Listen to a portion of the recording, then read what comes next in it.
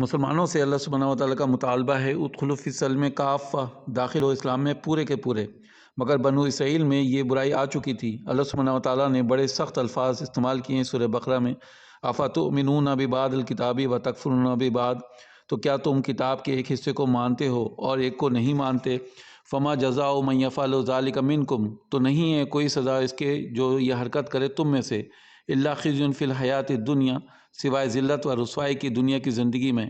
ویوم القیامت یردون الی اشد العذاب، اور قیامت کے روز وہ لوٹا دیے جائیں گے شدید ترین عذاب کی طرف، وما اللہ بغافل عما تعملون، اور اللہ تعالیٰ غافل نہیں ہے اس سے جو تم کر رہے ہو۔